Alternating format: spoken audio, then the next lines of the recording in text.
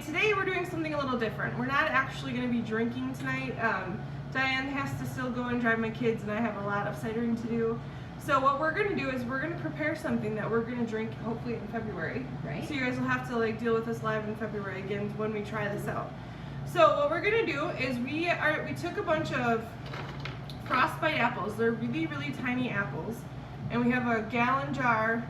Is it a gallon jar? It's a gallon jar. A gallon jar. So we're going to be like the Food Network. So we have our gallon jar.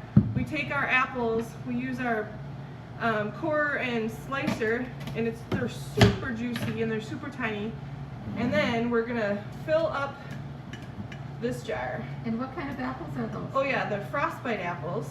I chose frostbite because they're not the prettiest apple. They have a really tangy flavor, like a really sharp bite with lots of flavor. They're really juicy, they're really small, and it just seems to be a good apple to use for what we're doing. So we're starting with that. Then I took a handful of cinnamon sticks, so I'm going to stick them in there. And then we got some allspice, and I don't think I want to use the entire. We're going to use about half of the bag, because I think the entire would be a lot. Yep, that So looks good. also, everybody, I have no recipe. I'm just doing this. So I want to put some vanilla. It was supposed to, I think I read some things that had vanilla beans. I don't have vanilla beans, so we're going to do 2 lidfuls of vanilla. Because I love the scientific measurement. Diane loves how I cook. I always do this. Then I also have a bottle of Corbel brandy, and we're just going to pour that right in.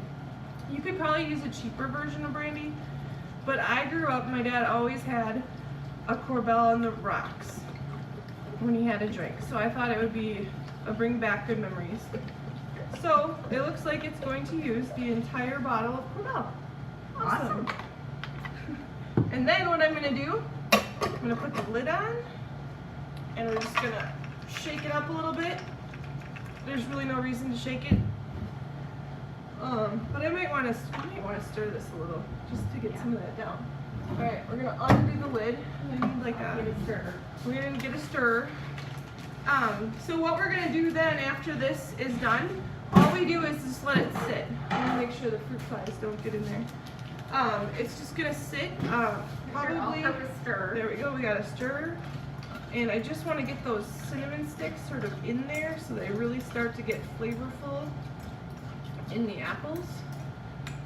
Alright, now we're just going to put the lid on, and this thing is ready. It's going to sit for a few months, and then it's going to be a fun little drink that we try and see how it goes. I made one of these a few years ago, and Jared really, really liked it. I have to admit I didn't really like it, but I don't really like hard liquor. But he loved sipping at it, and so I figured worst case scenario I'll have a nice little gallon of apple brandy for Jared to sip on. So, and we'll have Frank and Diane give it a try too, and we'll go live and let you guys see how the results are. So we still have some frostbites, so if you want to try it, it's pretty simple to do, and you don't have to use frostbites. You could use any apple. It's just one that we have a lot of seconds of, and they're really juicy and really a unique flavor. So, all right, that's it, guys. Thank you.